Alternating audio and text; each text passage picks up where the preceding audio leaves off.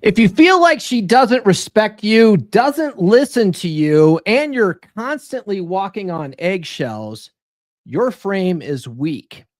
And if your frame is weak, your relationship is already slipping away. But don't worry, because I'm going to show you how to fix it.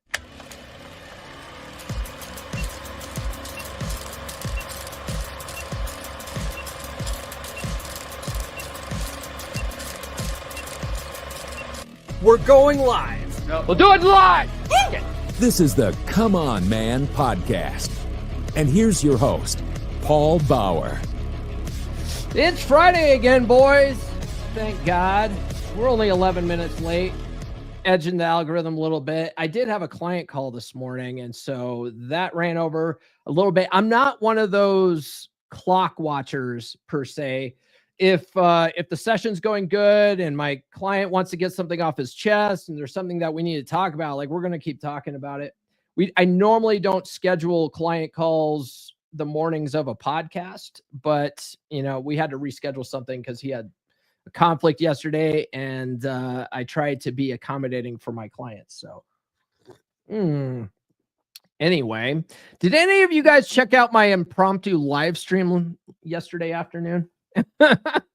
I reviewed Aaron Clary's book, this book right here, Zero World Problems, and I hate it. I gave 5 reasons why I hate his book. So after this episode's done, go check that out. If you guys are new to the channel, my name is Paul Bauer, and I help men level up and get better with women. And the funny thing about leveling up and getting better with women is that it tends to make us better men in all areas of our lives. Now, let me ask you a question. You ever feel like you're constantly explaining yourself, compromising, or trying to make your wife or your girlfriend happy, only to get more resistance, more attitude, and less sex? That's because your masculine frame is weak. And this is Frame Friday, guys. And when your frame is weak, attraction dies. You become reactive instead of proactive, and she stops seeing you as the leader in the relationship. But here's the good news. Frame is something you can develop. You can strengthen it and maintain it. And in this episode, I'll break down exactly what masculine frame is, why it's the foundation of attraction and respect, and how you can lock in an unshakable frame that keeps your relationship on your terms. All right. And we'll get into all of that. But before we do be sure to like, subscribe, and hit those notifications. I do have new episodes every Monday, Wednesday, and Friday on YouTube. And then after it's done being live, I do post it on Audible, or not Audible. Well, it goes on Audible too, but it goes on Spotify and Apple Podcasts and all the other podcast places, but it's live on YouTube every Monday, Wednesday, and Friday morning at 10 a.m. Eastern time, give or take. If you guys are watching live right now, do sound off in the comments. If you guys are on TikTok, I'm not going to be able to watch the comments here, so head on over to my YouTube channel. The link's in the bio for that. But drop a comment there. Let's if you guys are watching, I want to hear from you, okay? And then do consider sending a super chat, because that does help pay the bills. You know, the StreamYard thing that I use, it's not free, it costs money. And it's paid for by guys that watch the shows and get value out of it, and they send a couple of ducats or two, okay? All right, so what is masculine frame and why does frame matter? If you guys tune in every Friday, you guys probably have a pretty good idea of what frame is, right? I like to, the oversimplified way I like to explain frame explain frame is it's basically your worldview, how you see yourself and how you see the world around you.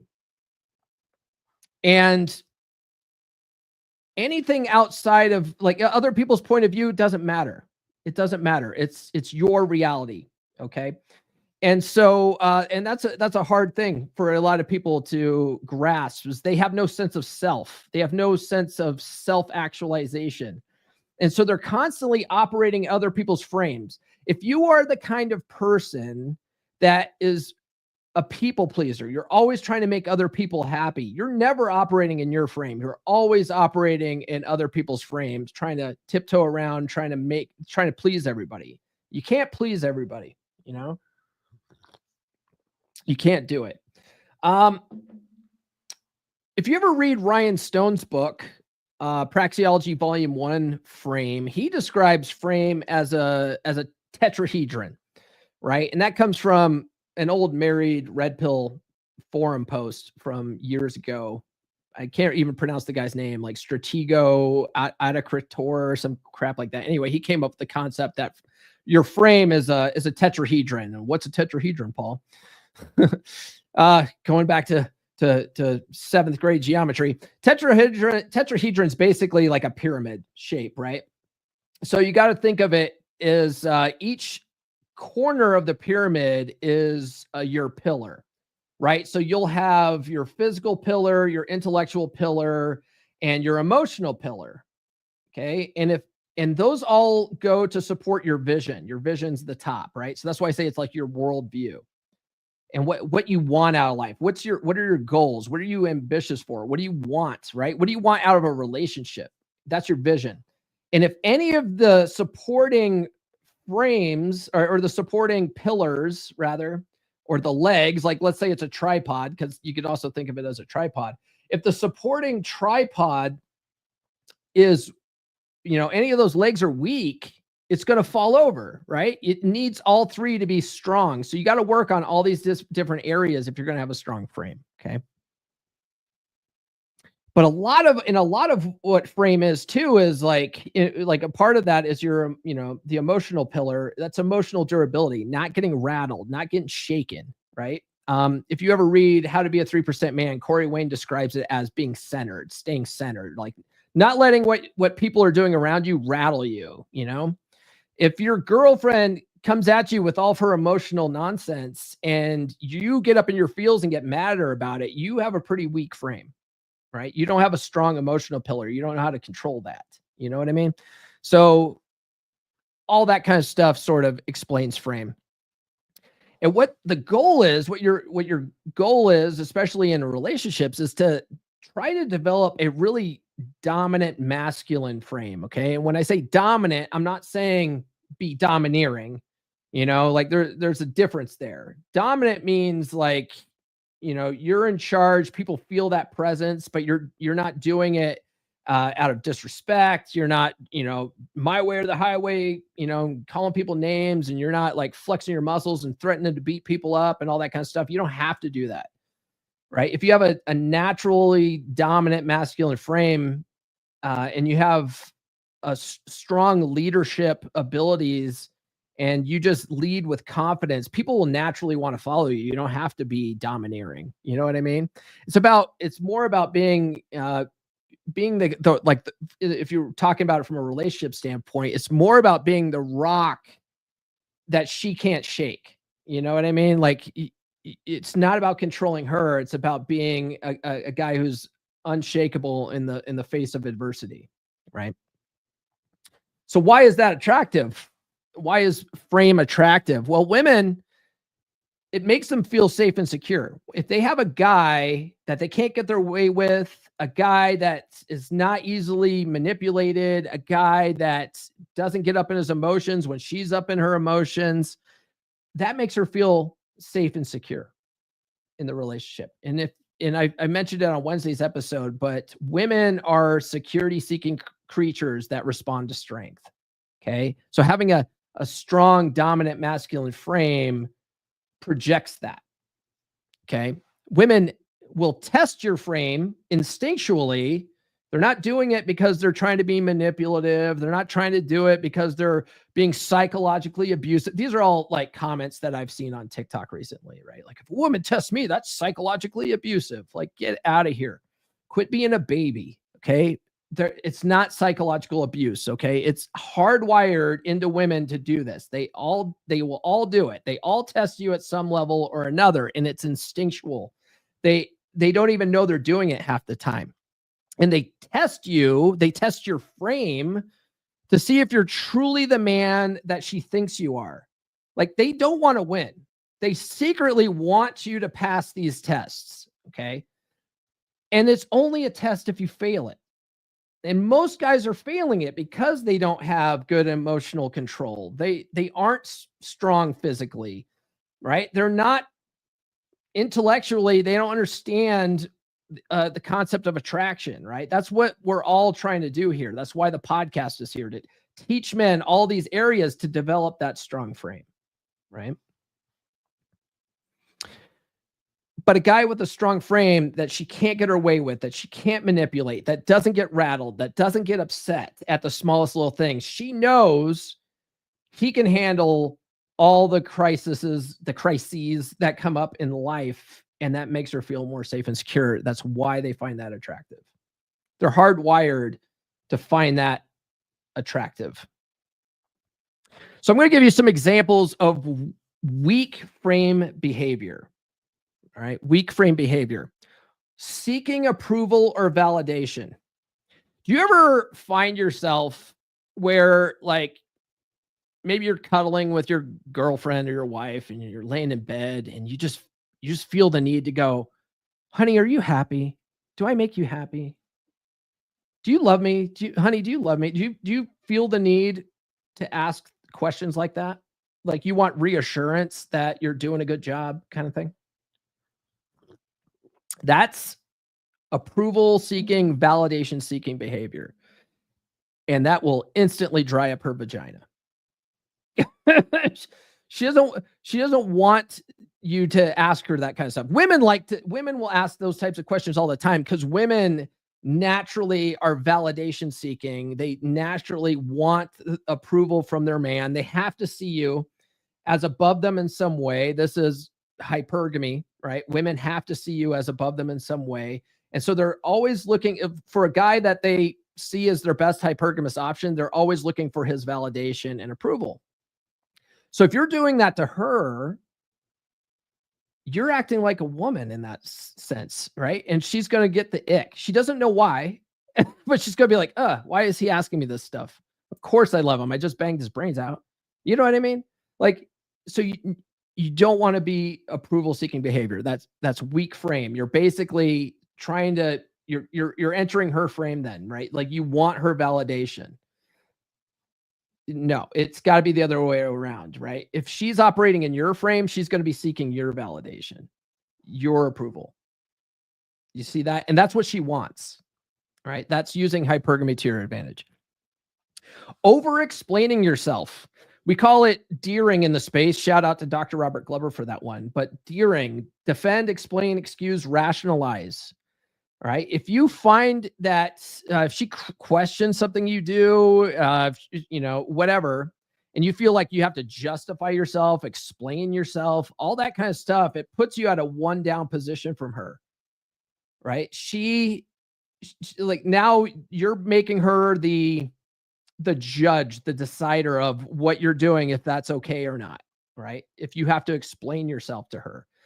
You got to think of it this way. It sounds toxic as hell, but it's a good mental model for men to have, is that you're the king. You're the king. You don't have to explain yourself to the subjects, right? If you have that mental model, you'll explain yourself less and she'll respect you more. But if she's constantly questioning you, and then you, instead of just being like, I do what I do, don't worry about it, right? If you're constantly like, well, I'm doing it this way because of blah, blah, blah, you're trying to get her buy-in, her approval. It's basically approval seeking behavior. It's weak. It's weak frame. Okay. So stop doing that. You're actually killing attraction when you do that. And then any kind of form of negotiating attraction, right? If you're trying to negotiate attraction or desire, it's never going to work. You can't negotiate desire. But that's where like things like love languages come in, like love languages. This is why love languages don't work. It's because when people, you're basically just trying to exchange something, you're trying to have this transactional relationship. Okay, honey, I got you flowers. You said that your love language is gift giving or receiving gifts. So here's some flowers. Now, may I have some physical touch? Right? That doesn't exactly inspire it doesn't exactly inspire attraction when you're doing it that way. And women see right through that kind of thing. Women see gift giving, like flowers, chocolates. You're overly complimenting them. They see all that kind of stuff as bribes for sex. Like, women aren't stupid. They know exactly what you're doing, and you're trying to negotiate desire, and that kills attraction over time. Okay. So don't do any of that kind of crap. It doesn't help. It's not going to help you at all. Some examples of strong behaviors: calm, confident responses. Right? If I was just having a client call right before this. That's why I was 11 minutes late. But one of the things that my client was telling me is that this past week, his wife did something that pissed him off.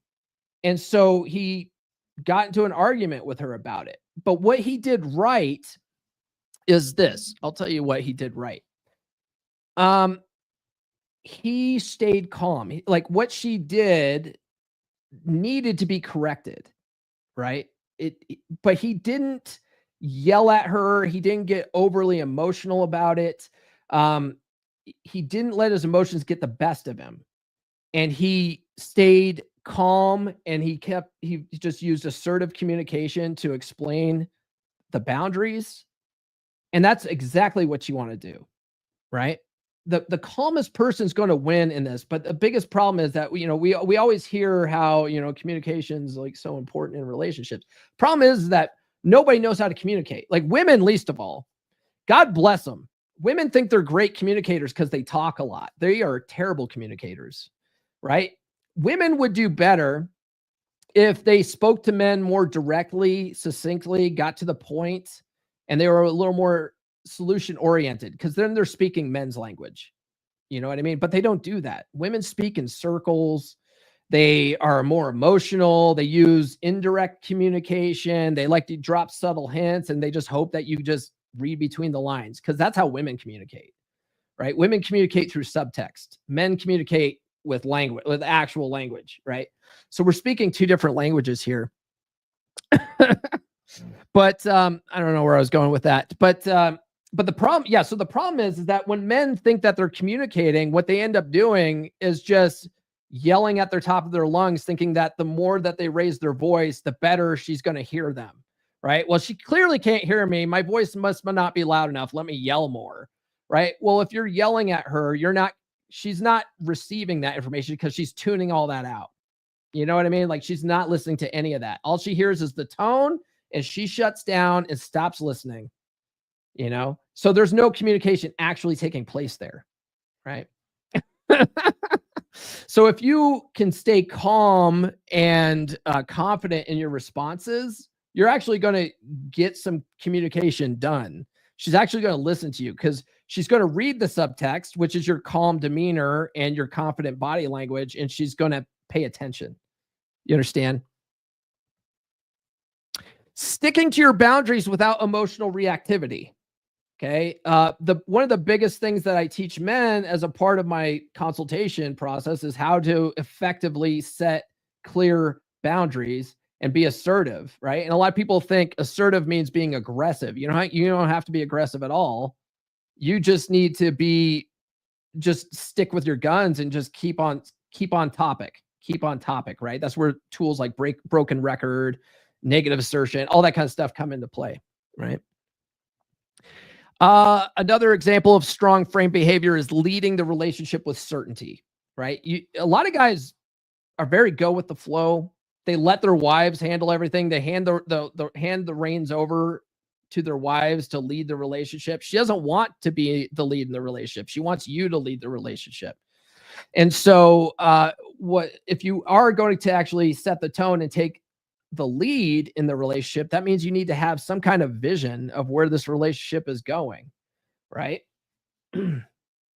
So you got to lead with certainty and clarity. That means, like, you need to be the guy that makes the plans. You need to be the guy that makes the decisions. You know what I mean? But a lot of guys don't do that. And they have this concept of an equal partnership. Oh, she's my partner. But then what tends to happen is when they think of her as a partner, they want that equal buy-in. So they defer to her and they leave her up to all the decision making up to her, trying to make her happy. And none of that makes her happy because women don't want to be the decider. They don't want to be the one that's leading. You understand?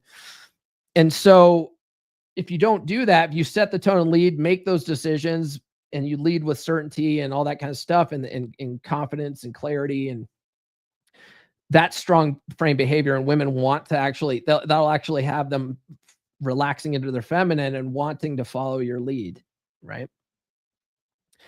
But it's not your fault, guys. It's not your fault if you're not doing all this already. I just did a stitch of a guy's video this morning on TikTok. Like early this morning, I saw it when I woke up, and it was this guy saying, I don't understand these guys and how they can cheat on their wives. Like, I would never cheat on my wife, because if I was going to do that, first she would have to plan it, and then she would have to remind me about it, right?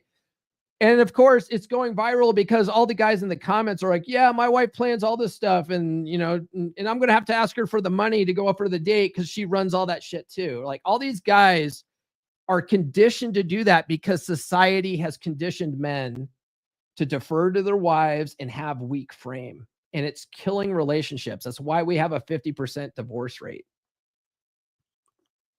Right? We call this beta programming. A good example of this is the happy wife, happy life trope, right? Happy wife, happy life, guys. Just make her happy and everything will be fine. If you do that, that's the furthest thing from being happy, right? Like, your wife, it'll be the furthest thing from your wife being happy if you're trying to make her happy all the time. It'll piss her off because you're validation seeking behavior. You're leaving the relationship up to her. You're letting her make all the decisions, and you're going to wonder why you're in a dead bedroom in a few years if you keep doing that kind of crap, right? But that's beta programming. Masculine leadership is demonized today. It's looked at as toxic masculinity, right? Oh, it's so toxic. The American Psychological Association a couple of years ago said that masculine leadership is toxic masculinity, and toxic masculinity is somehow a mental disorder, right? And so we're demonized for that. They have commercials like Gillette talking about how we need to be better men, we need to step up and whatever, be better for women. But then when we do all that kind of stuff, women are increasingly more unhappy, and then they wonder where all the good men are, because they crave that masculine leadership. They're hardwired for it. I had a conversation with a client yesterday. He had a really good point where he was watching a video and they were talking about why like secretaries almost always end up like getting with their bosses or marrying their bosses and stuff like that. It's because that natural male leadership dynamic where he, gives her instructions. It's expected. She does what he tells him to do. It just feels natural because he's the boss, right? He's the boss. He's the leader. He has a position of status. She looks up to him because he's the boss. Right? That's hypergamy, man. Like, it's natural. Like, she wants that. She's like, ooh, I like that. This guy's, he's not a jerk about it, but he tells me what to do. He's got a vision. He knows what he wants. Like, that's attractive, right? Well, it's the same thing in your relationship. You can't be that kind of guy at work where you attract this girl. It's not a good idea to date your coworkers anyway. You're going to catch a rap from the HR. Workplaces is not a good sexual zone, just saying. But a lot of you guys are going to disregard that anyway. A lot of women are going to be like, I met my husband at work, right? Like, okay, great. It's not smart. Anyway, going off on a tangent here, but you can't be that guy at work where she's attracted to you because of your leadership and your status at work, and then now all of a sudden you're making her in charge at home. Because that's going to kill that attraction. The reason why she was attracted to you in the first place is because of that leadership and that dominance and all that kind of stuff, right?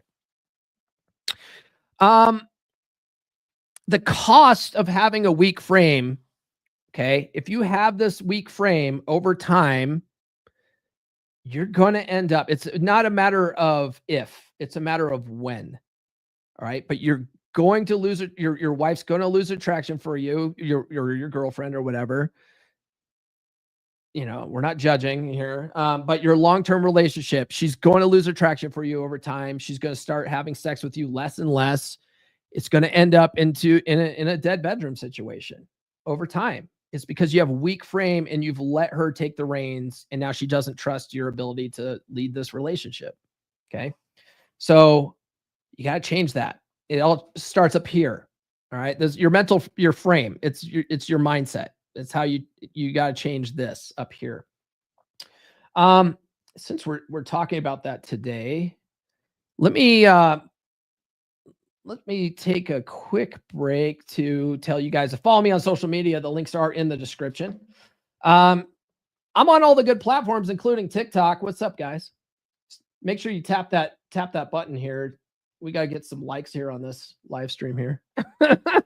Follow me on social media. The links are in the description. Get on my email list, list.comeonmanpod.com, and get my free ebook, She's Made You Weak.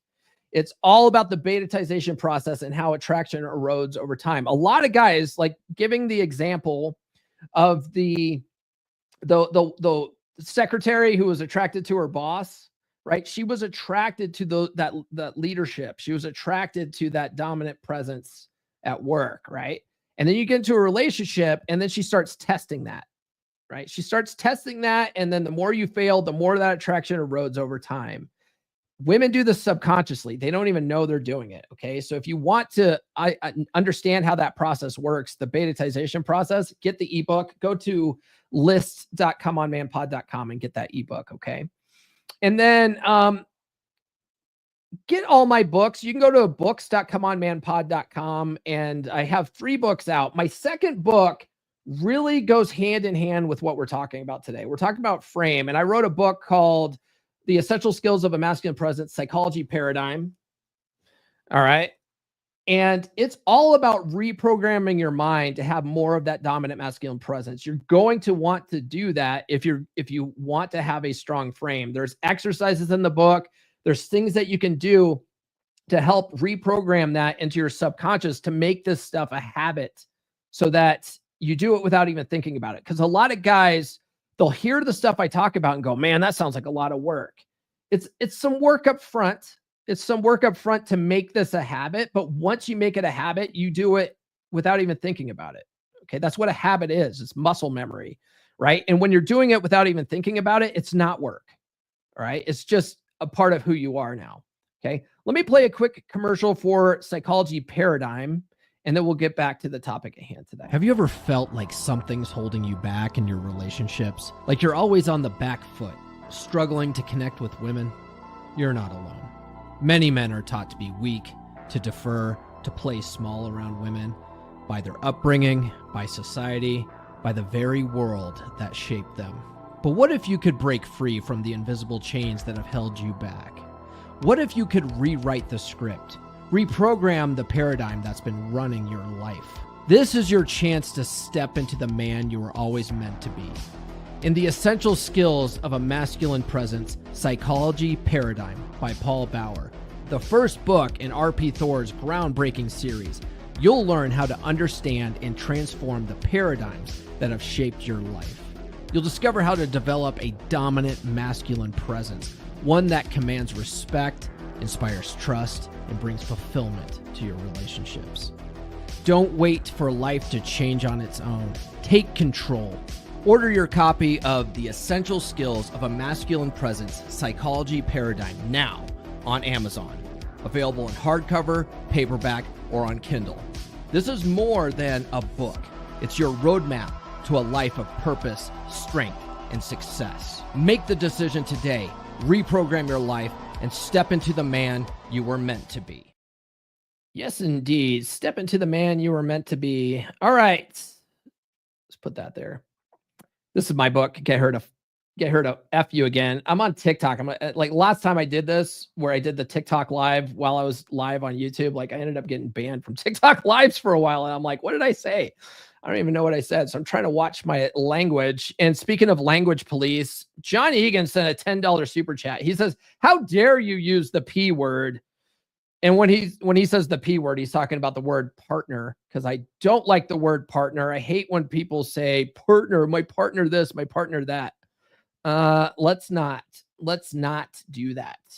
Let's not do that. It's a bad habit for men to get into, to use the word partner. It causes them to defer to their wives more. It causes them to not set the tone and lead their relationship. It just sets them up for failure. But since he said a $10 super chat and he's a beer club brother, he automatically gets bumped up to the $20 super chat. So I'm going to give him the booty shaking video for that one. Super chat will see you there. Shake it, dance without a care. Send it love from everywhere. Groovy beats we all can share. Your support is so divine. Moving closer to the line. Thank you, you're the best.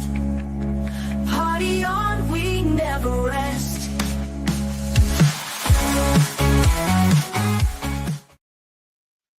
God bless her. And then John also sent a $2 super chat with a vomit emoji. And I think that's just to add on to the fact that the word partner is disgusting. So disgusting word to use. And because it's $2, we'll bump him up to the $10 super chat because he's a beer club brother. We'll give him the bouncing tatas. Thank you for the super chats. Boobies bouncing, can't stop that. From the east to the west, viewers, you are the best. Keep those chats coming in, let's do it all again. All right. There's something weird going on with StreamYard. It's like, I know there's a whole bunch of people watching right now, but I can only see when someone sends a super chat, and then I can also only see when Nurse Chick's in the house. So Nurse Chick says, "Good morning, gentlemen." So she gets this one. So naughty. Yes. I'm gonna come. Yes, indeed. All right. But yeah, it's weird. Like I can only see super chats and I can only see Nurse Chick. It's so weird. I can't see anyone else in the chat. I know you guys are there. It's so weird though. Anyway, must be a weird StreamYard thing. So, hey, how to strengthen and maintain masculine frame. That's what we're going to talk about next. Okay. So the first thing is you want to reprogram your paradigm.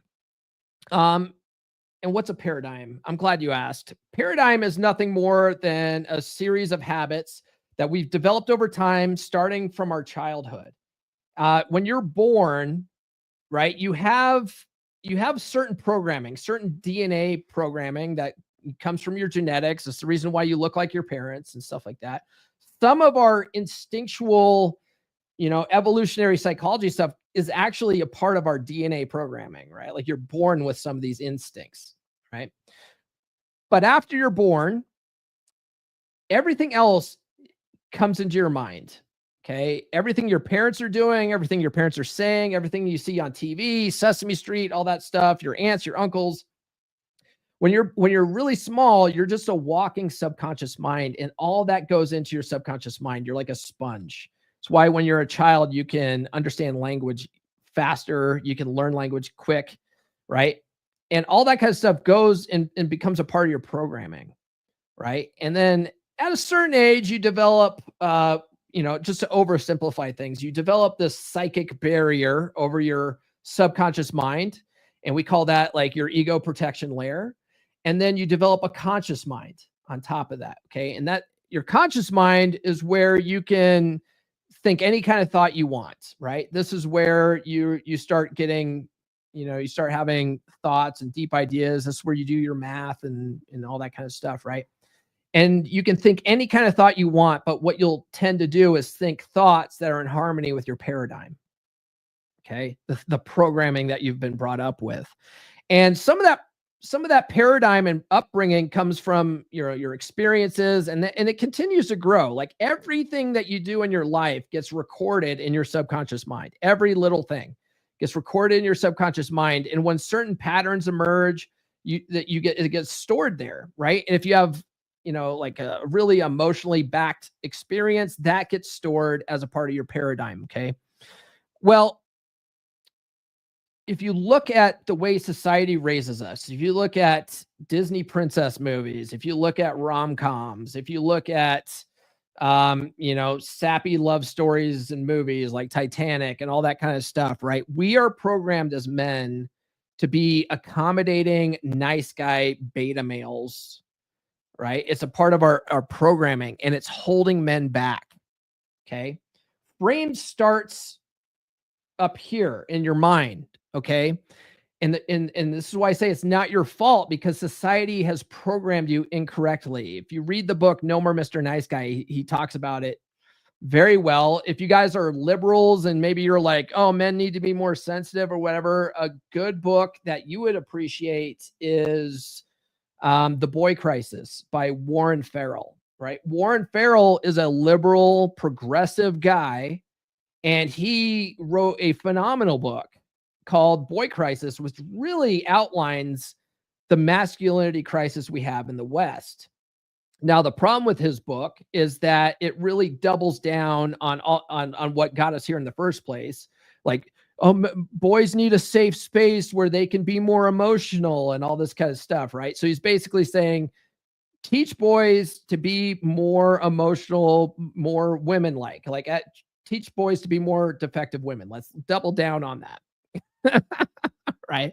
You got to rewrite that script. Okay. And that's why R.P. Thor wrote his book, A Dominant Masculine Presence, because it also addresses the masculinity crisis we have in the Western culture. It's been well documented. Don't even argue with me on it. Okay.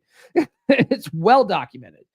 But Thor addresses it as well. But the way he addresses it, instead of saying, hey, let's double down on making boys more sensitive, it's no, let's teach boys how to have a dominant masculine presence. Let's teach them how to be men again. Okay. So we got to rewrite that script. All right. And that's why, like, Thor created the Essential Skills of a Masculine Presence series, which is a bunch of books based off of his original book. And that's what Psychology Paradigm's about. It's the first book in the series. If you guys are watching on TikTok, The Essential Skills of a Masculine Presence, just look for that on Amazon. But there's 3 books out there right now. Glenn Lawrence actually just finished his book. He needs some help formatting it or whatever to make it official. He sort of jumped the gun and released it with the wrong branding. So he had to take that down, and he's fixing it right now. But he's got one that's specifically about presence, which is funny because it's The Essential Skills of a Masculine Presence. And we're all supposed to be writing about the 7 skills of a masculine presence. And one of those is presence itself. So that's what Glenn decided he was going to write about. So his book is just going to be called The Essential Skills of a Masculine Presence. Interesting enough. But his is all going to be about presence, like, what that looks like when you walk into a room and you command that respect and kind of stuff like that, I imagine. I haven't read it yet. You must take full responsibility of your reality, though, right? And reality is what we make of it, right? Reality is up here, like you might say, no, this is, we're dealing in reality here. Well, whose reality are we talking about? Because perception is reality, and your reality is up here. So you can actually program that in. It all comes down to your beliefs and your habits and your paradigm, right? And so that's why I wrote Psychology Paradigm. It teaches you to reprogram those unhelpful beliefs that you have and change that. And the way you change that is the same way your initial paradigm was created in the first place, through repetition, right? So we do stuff like journaling. We do stuff like affirmations. All that kind of stuff helps to reprogram that paradigm for you. You have to learn a little bit of emotional control, right? Because emotional control really is frame control, right? And here's the thing, like, women will test you. It's instinctual. They can't even help it. So how you handle those determines whether you pass or fail. And whether you pass or fail determines whether she looks at it like a test or not. Because if you pass her tests, it wasn't a test at all. It's just, you just acted the way a man's supposed to act in her mind, right? So you got to look at things that women say for what they are, right? And we call these, helpfully, we call these shit tests, right? And it's not so that because women are trying to be shitty, it's to see if you have your shit together, right? So a woman might say something like, why don't you ever listen to me? If you start answering this defensively and start making all these explanations and excuses and whatever, you failed the test. You failed the test. Okay. She says something like, you don't care about my feelings, right? And you start justifying all the, like, whatever your actions are, whatever you failed the test, right? If you get mad at her for even asking you that stuff, you failed the test.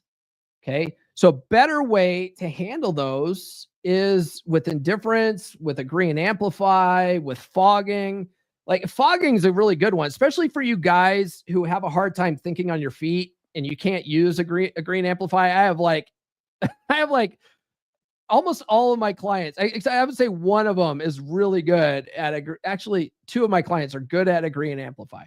Two of my clients are pretty good at it, right? Like when we practice it on the call, like they're pretty good at coming up with stuff on the fly. The rest of them are like, I'm not quick-witted enough to come up with that stuff, right? So they defer more to indifference. And I say, well, you could use fogging instead.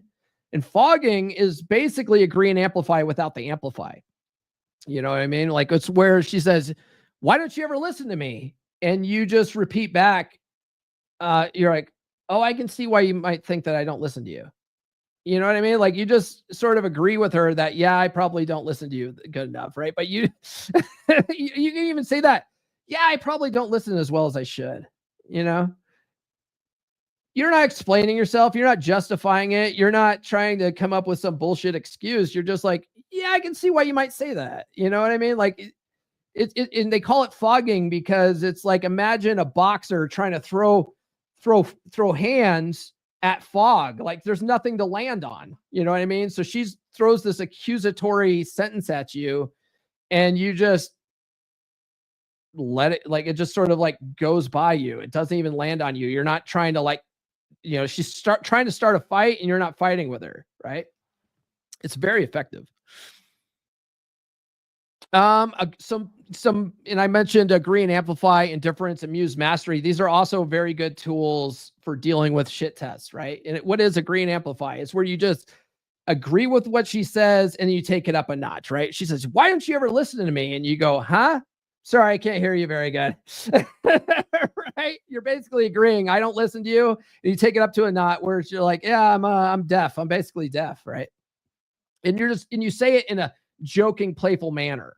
Okay. That's actually really attractive to women because they like that teasing banter. That's flirting. You're basically flirting with her when you're jokingly take what she says and don't, or she says something, you just don't take it so seriously and you sort of make it a joke, right? That's agree and amplify. Indifference is where you sort of just aren't bothered by it, you know? And that's kind of why fogging works so well, because you're basically doing agree and amplify, but you're more doing like agree with indifference, you know? It's sort of a mix of the two. But that's basically where you're just like, you're not bothered by it. You're like, you know, yeah, I guess I don't listen to you that much. I can do better at that, you know? Like, it's very nonchalant kind of thing. And then amuse mastery is where you've seen so many of these shit tests that they all blend together and they all look the same, and you've seen them all before and you find them funny now. One of my clients that I had last night, he was talking about how that's how he was naturally deferring to his wife, because now that he sees it for what it is, he does find it funny. And so his wife's getting all mad at him and stuff, and he's just chuckling to himself. And she's like, why are you laughing? I'm really mad here, right? And he's like, I just think it's so funny. You know, you're so cute, right? You're so cute when you get mad like this, right? And what he's finding is she's mad in the moment when he does it, but like 30 minutes later, she's like, you know, curling up next to him and stuff. And she loves it. She loves it. He's not overly explaining himself. He's not being dragged into a fight. He just thinks what she's doing is funny and he's not taking her seriously. And she fucking loves him for it, right? It's like you're basically treating her like a bratty little sister, and women, like, they naturally respond well to that sort of thing. Leading without seeking permission is a good way to strengthen your masculine frame. Okay. So here's the thing, like, women, they hate men who hesitate, right? This is why, like, and I love using the dinner debate, but this is why when you ask her where she wants to go, she throws it back in your lap. Like, I don't know where you want to go, because women don't want to make decisions, right? So this is a perfect place where you lead without seeking her permission. Okay. This is where you just pick a fucking place and say, yeah, we're going, I know exactly where we're going to go. Grab your shoes. Right. Or you're saying, hey, let's get Applebee's tonight. Go grab your shoes.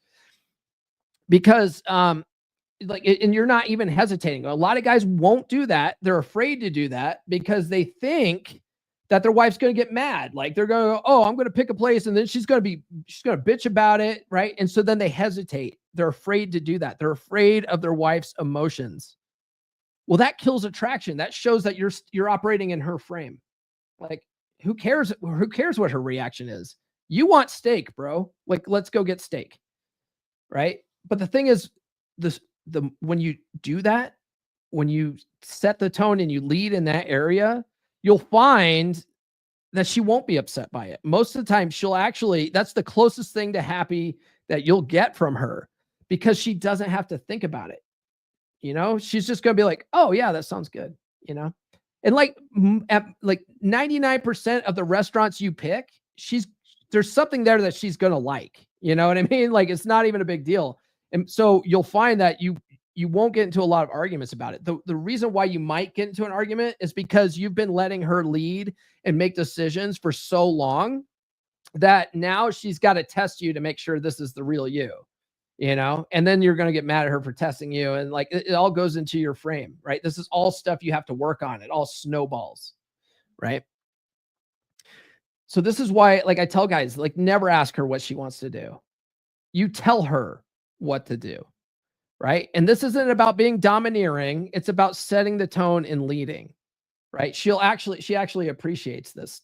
She doesn't want to have to make these decisions. She wants to relax into her feminine. She wants to be a woman, but you putting her in the driver's seat, you leaving the decisions up to her, you're basically making her the man of the relationship. And she never wanted to be there in the first place. I don't care what society says. I don't care what all the boss women say out there, because 99.9% of the boss women out there don't want to be bosses when they get home. They make a million decisions when they're at work all day. The last thing they want to do is decide where to go eat, So that's your job. That's your job as the man. Body language and tone matters. Body language and tone matters to women. Okay. So you want to practice good masculine body language. Most of you guys don't even know what this means. All right. What do you mean body language? Like I talked about body language one time, and in the comments, some guys like, oh, what? So now I got to take a CIA course on reading body language. This is crap. Like, forget it. Women aren't worth it. When juice isn't worth the squeeze. It's like, no, it's not even that complicated, dude. It's not even that complicated. But studies have been done. Like, women really pay attention to tone. They really pay attention to body language. They pay attention to that way more than the words coming out of your mouth, right?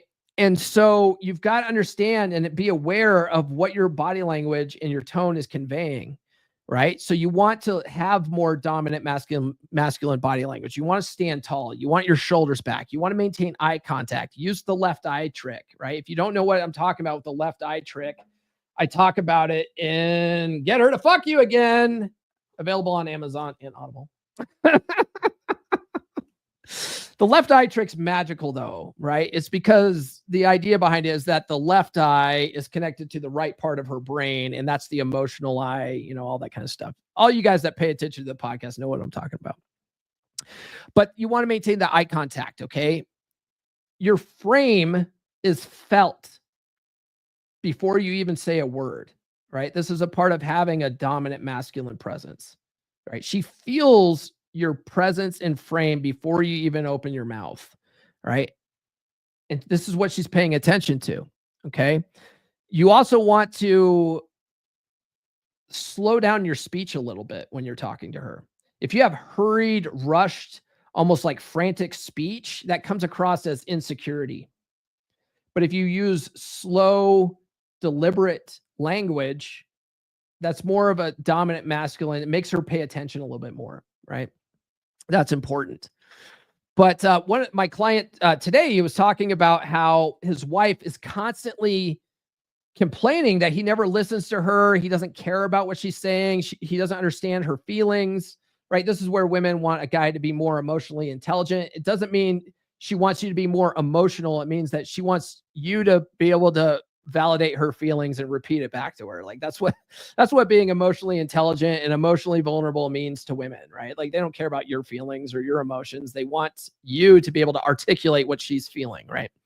Well, my man was like, "What are you talking about? Like I listen to everything you say and all this kind of stuff."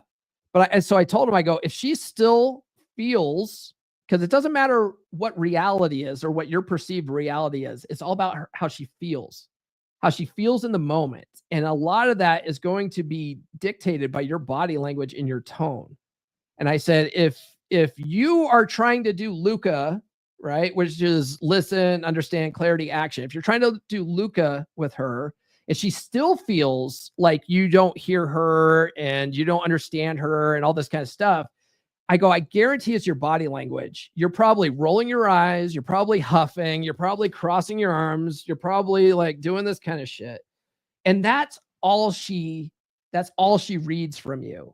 It doesn't matter what you're saying. It doesn't matter that you're able to repeat back shit to her, right? It's your body language. It's conveying that you don't give a fuck.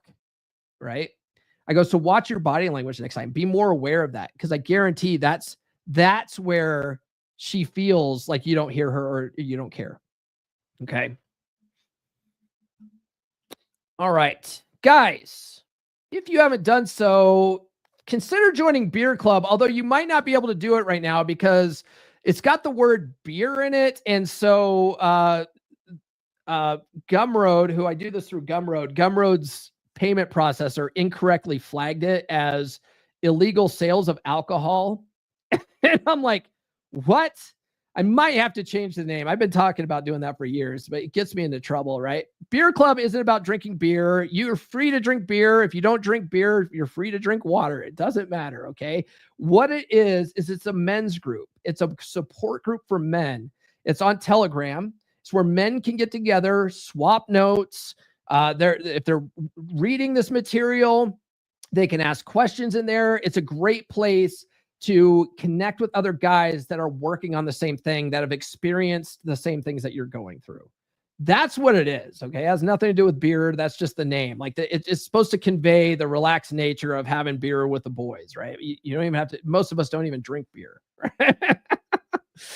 Anyway, consider joining Beer Club. Go to beer.comeonmanpod.com. It's an excellent resource for you. It's only $10 a month. We also have monthly hangouts where we get together on a video call and just talk about guy stuff. Like if you're really going through something, it's the perfect place to talk about it with the boys, because men solve problems like women cause problems. You know what I mean? Like that's what Beer Club's for. And then guys, listen, if you are having problems in your relationship, if you're in a dead bedroom situation, if, you know, maybe it's not completely dead. Maybe she schedules sex with you once a week or once a month. But whenever you guys do it, she's not into it. She lays there like a starfish. You can tell that the attraction's completely gone, right? And you know that you're basically just roommates at this point. Like, you don't have to live that way. That's not normal. I don't care what your wife says. Your wife might gaslight you into thinking that this is normal and that sex fades naturally over time in a long-term relationship. That's not true. That's not true. It only happens if she's no longer feeling that sexual attraction to you. You can turn that around. All right. If that's you, if that's something that you've been struggling with for a while now, it's not going to fix itself. Okay. Book a free call with me. Go to call.fixdeadbedrooms.com. Okay. Let's talk about your specific situation. If I can help you, I'll show you what that looks like. If I can't, I'll at least point you in the right direction. Okay. That's my promise to you. All right. I got a couple of stories for you guys. Some stories that might help this resonate with you a little bit more. Okay. It's story time with Paul Bebe. All right. So the first one here is the man who lost his frame and lost his relationship. Let's call this guy Mike. Mike was your classic nice guy. He was a good husband, great provider, and he thought he was doing everything right in his marriage. He helped out around the house, always asked his wife what she wanted to do, and he never argued with her. He figured if he just kept being nice enough, eventually she'd appreciate him more. But the opposite happened. Can you believe that? Well, over time, his wife started losing respect for him.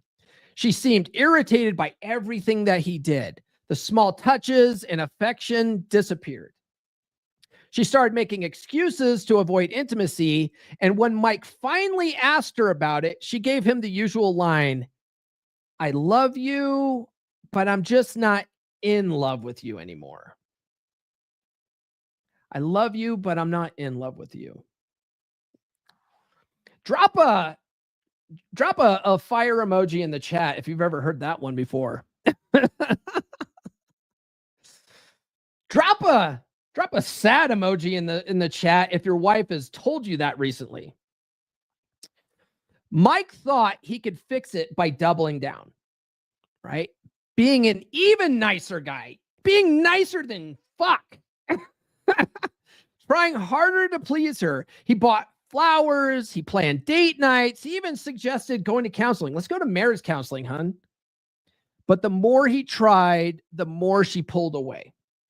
Eventually, he caught her texting another man. The marriage ended in divorce, and Mike was left asking himself, what the hell happened? So what's the lesson here? Mike had no frame. He let his wife set the tone, and he followed her lead. He thought attraction was about being agreeable, when in reality, it's about being a leader. Women don't lose attraction because a guy is mean. They lose attraction when a guy is weak.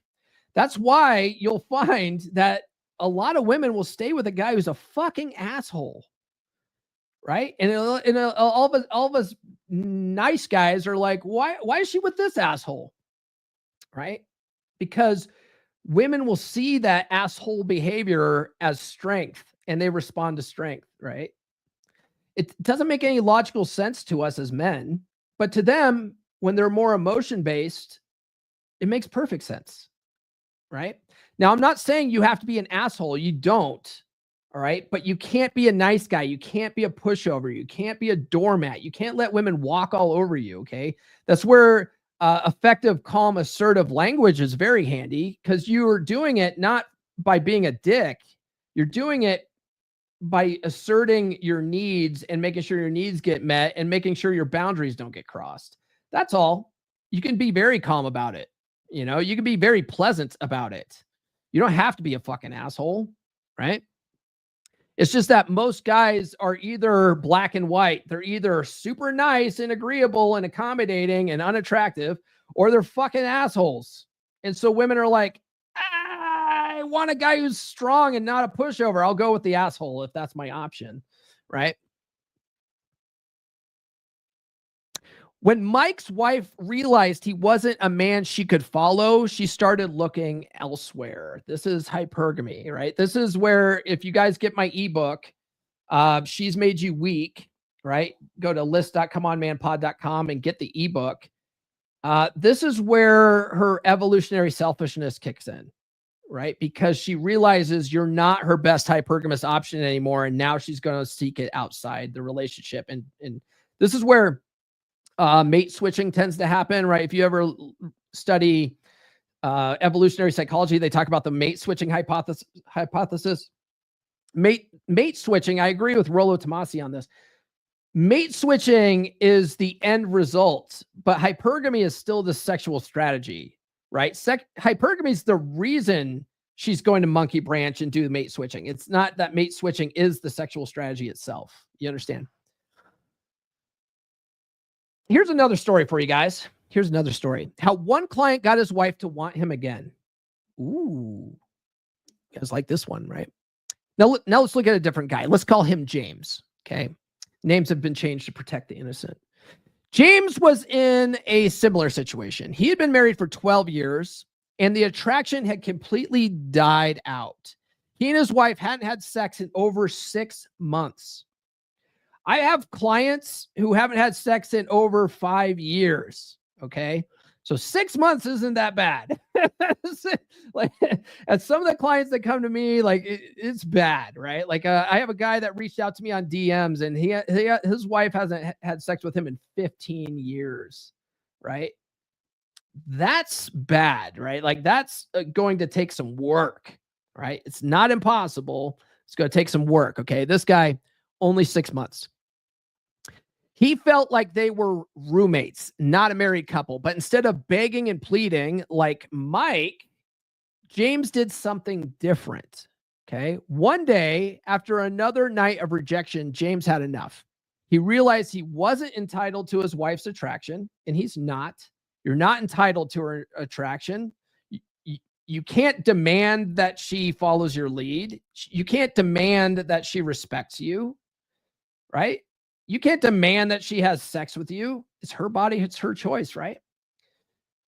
You've got to be able to lead in a way where she naturally wants to follow that lead and do these things, right? You have to inspire this. He realized he wasn't entitled to his wife's attraction. He had to earn it. And earning it meant rebuilding his masculine frame. So he stopped seeking validation, right? That's one of the things we talked about. That's a sign of weak frame, as you're looking for your wife's approval and validation. He stopped that shit. I don't care. I don't care if she's happy with me or not, right? He stopped asking her permission to lead. He just started making decisions. Hey, we're doing this now. Hey, I'm going to go do this. Hey, I'm going out with the boys tonight, right? Like he's making these types of decisions without asking for her permission and anything like that. He's setting the tone and leading. He started making plans like, hey, me and the kids are doing this weekend. He didn't ask her to come up with this shit. Like he starts doing this stuff, right?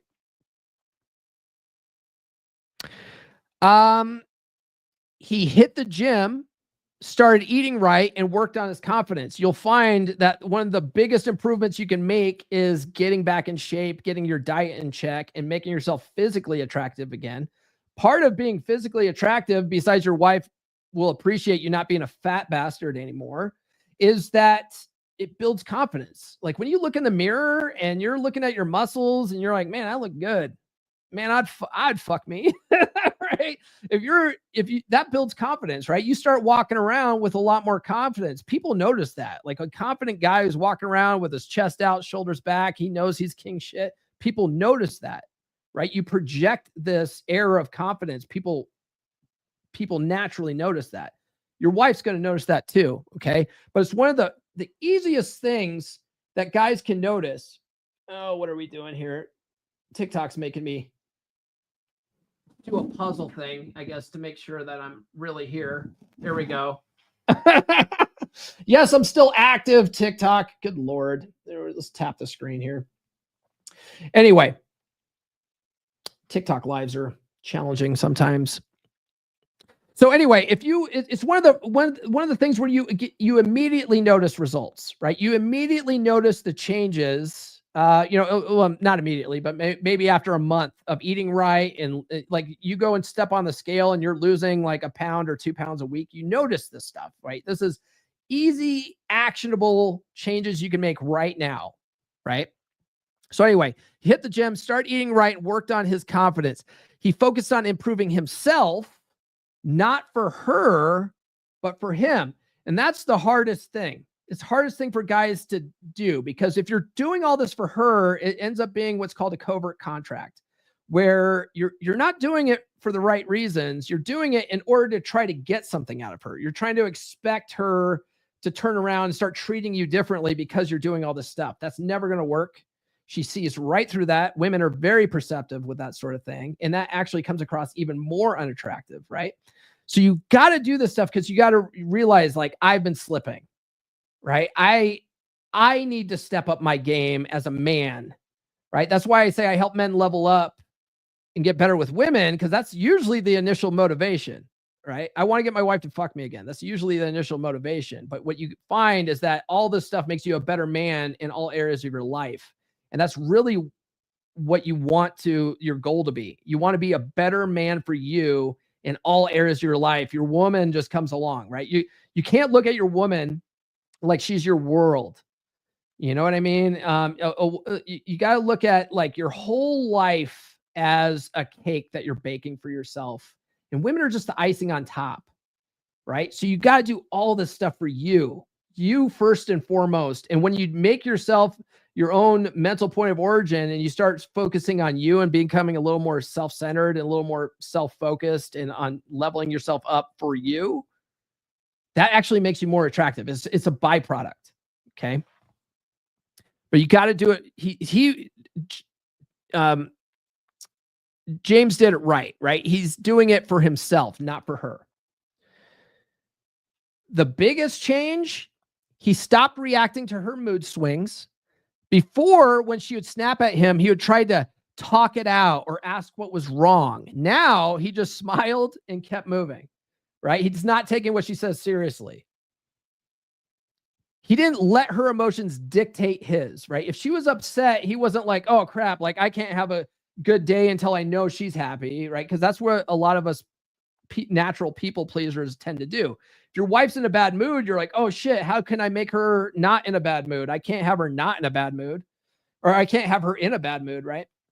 Instead, you're not in charge. You can't own her emotions. You stop that. Okay. You just, hey, she's going to feel how she's going to feel. That doesn't impact me. Right. Like, okay, she'll get over it. He didn't let her emotions dictate his. And slowly but surely, his wife's attitude started changing. Okay. She started looking at him differently. She became more affectionate, more playful. And before long, she was the one initiating sex again. Okay. So what's the lesson here? James took control of his frame. He understood that attraction isn't about pleasing a woman. It's about being a man that she can respect. Right? He stopped over-explaining, stopped being needy, and started acting like the prize. Instead of chasing her affection, he became a man she wanted to chase. Right? The result, attraction was restored, respect regained, and their marriage completely turned around. Right? What happens when frame is solid? She stops testing as much because she trusts your leadership. Right? If you don't like your wife testing you, learn how to handle tests. And what you'll find is that your perception is that she's not testing you as much. And it's not that she's not testing you. She's still testing you. You just know how to handle it. You recognize it and you do it second nature now. So it just feels like she's not testing you as much. Right? She's still testing you. Right? It's very subtle, but you just know how to handle it now. It's second nature. It's habit. It's what you've reprogrammed your paradigm. Your paradigm. She relaxes into her feminine energy more when she knows that, hey, this guy's in charge. He's the leader. He's setting the tone. He handles business. She's able to relax in her feminine, right? She's able to be that nurturing person, right? And then the relationship becomes effortless because you lead and she follows. It's just natural. It's natural. It's how we're programmed biologically, right? It's not patriarchy. It's tens of thousands of years of human evolution, okay? We're wired this way. Guys, do me a favor. Drop a fire emoji in the chat if you found all this helpful. Even better, send a super chat. But if you don't want to do that, drop an emoji. All right. What do we got in the comments? Can I see these comments? Nah, man, there's just, oh, let's see here. Let's see. Yes, we have a couple of super chats I can see. Look at this. John Egan's in the house again with another $10 super chat. He goes, YouTube is acting up. I was sitting in the room waiting, but it didn't start playing until at least a few minutes in. Sound drops work since we did the vids. Okay. All right. He said a $10 super chat. So that, and he's a beer club brother. So he gets bumped up to the bouncing or to the booty, to the shaking boot. Super chat, we'll see you there. Shake it, dance without a care. Send it love from everywhere. Groovy beats we all can share. Your support is so divine. Moving closer to the line. Thank you, you're the best. party on, we never rest.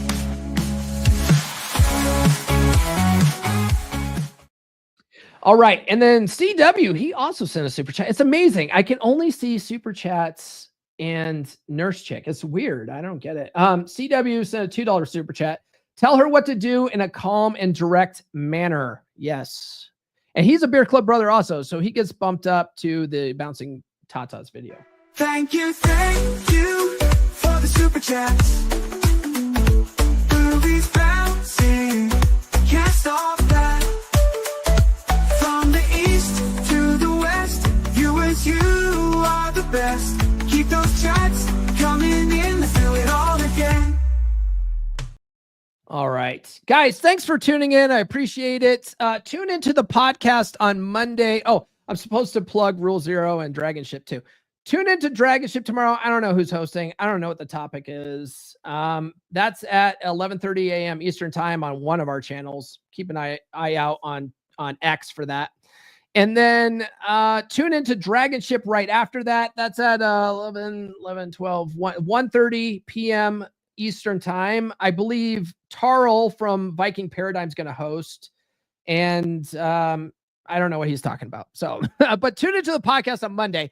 We're going to be talking about how men are not hypergamous.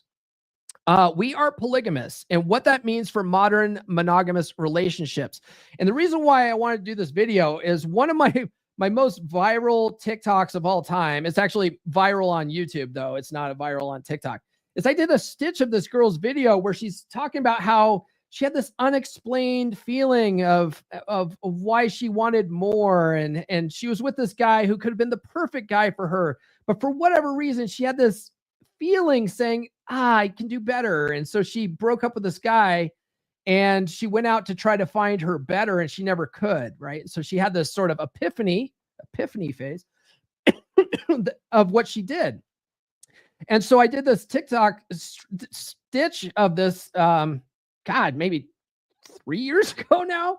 And it's got 3 million views on YouTube. And it says the perfect example of hypergamy, right? And I said, that feeling, that unexplained feeling that you could do better, that's hypergamy. Like that's women's hypergamous nature. It's not evil. It's just that women are always looking for the best possible option, right? Well, this guy in the red pill space going by Whisper, Whisper's a legend in the space. Most of you guys probably haven't even heard of him though, right? Unless you follow Ryan Stone. But Whisper did a really good post called Hypergamy is Monogamy, right? Hypergamy is monogamy. And the way he explains it, we'll get into it more on Monday, is that when you walk into a party, okay, as a man, you walk into a party and you see a bunch of hot girls, you're not looking for, okay, I want to get with the hottest girl here. You want to get with all the hot girls, right? Because that's our nature as men. We want to fuck all of them, right? A woman walks into a party and she looks for all the guys in the room and she's looking for the best guy in the room, right? And if she can't go home with the best guy in the room, oftentimes she would much rather go home by herself than by going with the second best guy in the room. That's hypergamy. And that's also why women are more monogamous in nature than men are. They're trying to consolidate on their best possible option. Guys want to fuck everything that moves, right? So another thing that Rollo talks about, Rollo Tomasi says that for one gender's sexual strategy to succeed, the other must compromise or give up their own. Well, being in a monogamous relationship is men compromising or giving up our sexual strategy. Is that a bad thing? Let's talk about that more on Monday. All right, guys, thanks for tuning in. I really appreciate it. If you haven't done so already, smash that like button. It is alpha to smash that like button. Other than that, guys, do like, subscribe, hit those notifications. I do have new episodes every Monday, Wednesday, and Friday without fail. Thanks for everyone that started off in the comments. I don't know what's going on. I can't see you unless you're sending super chats. It's so weird. But next time, do send a super chat if you have an important question. You want me to address it on the show. Follow me on social media. The links are in the description. Do get on the email list, list.comeonmanpod.com. Get the ebook, She's Made You Weak. It's free. You can get all my books on Amazon and Audible. Go to books.comeonmanpod.com. Get my latest one, Get Her to Fuck You Again, especially if you're having problems with your marriage or long-term relationship. Guys, join Beer Club. Hopefully I get this squared away with Gumroad and like they don't ban me. I think worst case scenario, I'll just have to take down Beer Club and then rename it to something else like Superman's Awesome Power Hour. I don't fucking know what we're going to call it. And guys, if you're having problems in your marriage and you're in a dead bedroom situation, you want to turn that stuff around. You want to avoid divorce because God bless, divorces cost tens, hundreds of thousands of dollars in the long run, depending on, what's going on with that and the custody battles and all the alimony and the child support. If you want to avoid all that headache, book a free call with me. Go to call.fixdeadbedrooms.com because the cost of working with me compared to the cost of divorce is a drop in the fucking bucket. That's all we got. We will see you guys on Rule Zero tomorrow. This has been the Come On Man podcast. Now, go out and get it.